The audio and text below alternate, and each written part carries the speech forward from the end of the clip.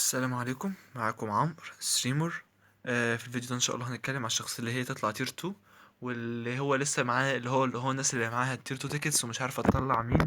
اللي هي التير 2 تيكت دي، او مش عارفه لسه هتطلع مين. والتيكتس موجوده معاك يعني.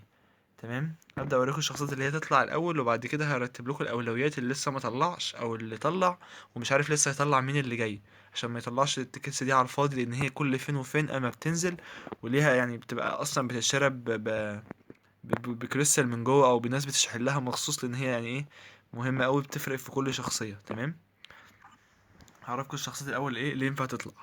انت مان، وهقول لكم الامكانيات بالمره بتاعتهم بالمره.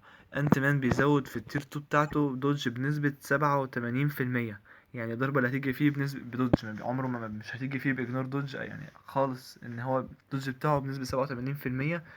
الضربه اللي انت بتضربها فيه بتيجي بدوج على طول يعني. بتقعد 20 ثانيه، وعلشان تتجدد بتقعد 30 ثانيه، يعني يبقى فرق 10 ثواني بس على بال ما بتتدرب فيهم ال10 ثواني دولت. فانت ممكن تعمل ايه، تضرب بيه لمده مثلا 20 ثانيه، وبعد كده تحول لاي شخصيه وترجع له تاني بعد 10 ثواني يعمل الدوج دي تاني. تمام، فانت من ضمن الشخص اللي تطلع تير 2. وثب التير 2 بتاعتها اتكلمنا عليها قبل كده، بتعمل ديباف لمده 20 ثانيه، بتنزل في التايم لاين على طول، لان هي الناس اللي هي بينزل لها سترينج، فبافة السترينج كلها ما بتأثرش عليها، سواء الفريز او الريموف باف، مش بتأثر في التيم كله، طالما وثب ايه موجودة في التيم وهي تير 2. تمام، يولو جاكيت طلعه تير 2، بيضرب كريتيكالز كتير، بيضرب طلع دامج وكريتيكال كتير. تمام، فلو طلعه تير 2 طبعا من ضمن الشخصيات. كولسون من ضمن الشخصيات اللي تطلع تير 2 برضه، عشان خاطر بيعمل للتيم كله الهيرو، بيزود الدمج، بيساعد في فرق الدمج يعني. بعد كده هتنفعك في الالاينس باتل او اي حاجه مع سترينج ينزل، فهيعمل دمج اكتر او سكور اعلى في الالاينس باتل. تمام، يطلع برضو تير 2 وولف، نفس الكلام بتاع كولسون. يعني انت مش شرط تطلع له السكيلز او اي حاجه غير بعدين يعني، طبعا لو عايز. بس في الاساس هنا حتى خدت بالك ابلايز تو اي اول الايز، يعني التيم بتاعك كله بيزود الكريتيكال دامج ب 30% والكريتيكال ريت ب 20%. فلو هيطلع تير 2 اصلا، مش هيطلع غير تير 2. إليس هتطلع تير 2 على طول. تمام، لانها بتعمل اميونيتي لمدة 5 ثواني وكذا دوج ونسبة دوج برضو، مع اللي هي البنوريت بارير افكت دي، اللي هي زي الشيلد كده، ما بيهمهاش الشيلد يعني. تمام، كارنش طبعا لو شحنت له اكيد هيطلع تير 2، لانه من غير تير 2 قلنا زي الكلبة البلدي. مون نايت نفس الكلام، هيطلع تير 2 عشان خاطر بيعمل ريكفر 30% في اتش بي، لما صحته تبقى اقل من 30%، بتقعد 7 ثواني على بال ما تتجدد تاني، على 7 ثواني عشان يملى اتش بي 30% تانيين، بس لازم تبقى صحته اقل من 30% عشان يعمل ده. يعني ما بيموتش منك اصلا، بس انت اهم حاجه ما تخليهوش ينزل صحته من 30% لصفر، فتحاول تجمد له الدفاع. تمام، وادي مون نايت. شارون طبعا تطلع تير 2، غير في حاله ان انت مثلا مش معاك التيكتس كفايه، او يعني ايه، هي اصلا جامده من غير التير 2، بس في نفس الوقت بتزيد ضرباتها اكتر. لو ايه، لو يعني بتزيد الدمج بتاعها اكتر لو هي تير 2، لان هي بتزود الدمج بنسبه حوالي 65%. فدي في حد ذاتها برضو يعني بونص كبير قوي، ان هو فرق كبير قوي بين الضربه العاديه والضربه بالتير 2. تمام، هيل ستورم يطلع تير 2، لان التير 2 بتاعته بيعمل ريكفر اتش بي 10% لمدة، هي بتقعد كل قد إيه؟ كل 20 ثانية، كل 20 ثانية.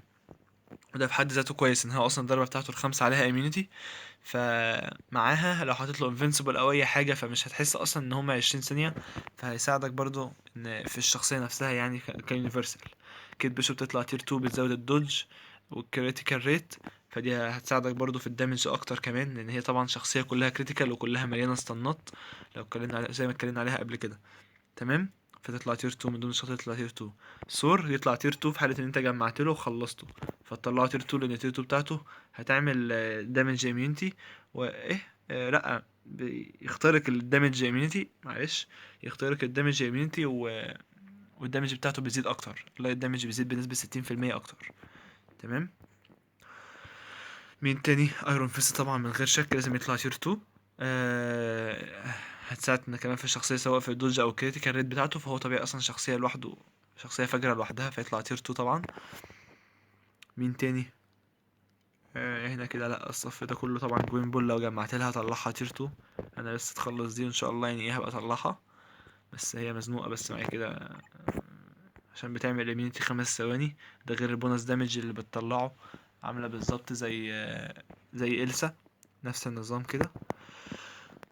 بعد كده مين سلك، لو طلعها تير 2 برضو، تفرق معاك جامد قوي في الدوج. نفس الكلام بتاع كيت بيشوب، كشخصيه سبيد هتبقى حلوه قوي معاك في التير 2. لوكي لو طلعه برضو، بس لا بلاش، ما تطلعوش تير 2، معلش ما تطلعوش تير 2، سيبه. لاش لو جمعت له طلعه تير 2 برضو، هتفرق معاك في الاميونيتي بتاعته زي ما اتكلمنا في الفيديو اللي فات. والشخصيات اللي تحت ما اعتقدش ان هي تطلع تير 2 غير في حاله ان انت جبت مثلا البيبي جروت اليونيفورم بتاعه اللي هو اللي لسه نازل اخر حاجه ده، طلعه تير 2 لانه هيساعدك في الريكفري، هتطلعه بعد كده كده غصب عنك هتطلعه، لانك هتحتاجه بعد كده بعد ما توصل ليفل 50 او حاجه، هتحتاجه بعد كده في التيم ان هو يعمل ريكفر للتيم كله. تمام. بعد كده مفيش شخصيات تانية تستحق ان هي تطلع تير 2 او تتصرف عليها، يعني اللي هي ايه البايوز والتيكت والتير 2، غير مثلا لوك كيج. لوك كيج في التير 2 بتاعته بيعمل فيزيكال ريفلكت بنسبة 100%، يعني اي ضربة هتيجي فيه فيزيكال هترد فيه تاني. تمام، بس ضربة فيزيكال مش ضربة انرجي، ضربة فيزيكال بس اللي هترد فيه تاني، وممكن اب تو 150% او في ماكس اتاك. يعني لو الضربة رايحة ب100% ترجع فيه ب150%، تزيد 50% زيادة. فدي هيبقى حلو قوي هو تير 2. لو ظبطت له الديفنس بتاعه، فالدمج اللي هتأثر فيك هتأثر فيك انت بقليل، بس هترد فيه هو تاني. تمام. فلو هتطلعه تير 2 من دون شخصية جامدة. ودستروير برضو بيعمل انرجي ريفلكت في لا ده في الباسيف بتاعته، معلش، او مش فاكر، بس هو انا فاكر ان هو بيعمل انرجي ريفلكت، لان اصلا الناس بتطلعهوش غير عشان خاطر الانرجي ريفلكت بتاعته اهي في الباسيف بتاعته.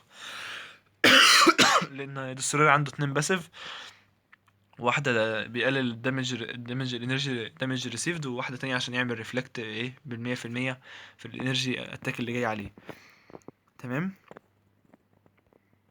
مفيش شخصية تانية تطلع تير 2 غير طبعا الشخصيات اللي بتتشحن اكيد طبعا، يعني ده كده لازم يطلع ايجنت فينوم، لو شحنت له يطلع تير 2 طبعا. بس يعني دي الشخصية اللي تنفع ايه تطلع تير 2. نركز بقى تاني في الشخصيات بقى اللي هي ايه في الاولويات اللي تطلع، بالنسبة للكومبات.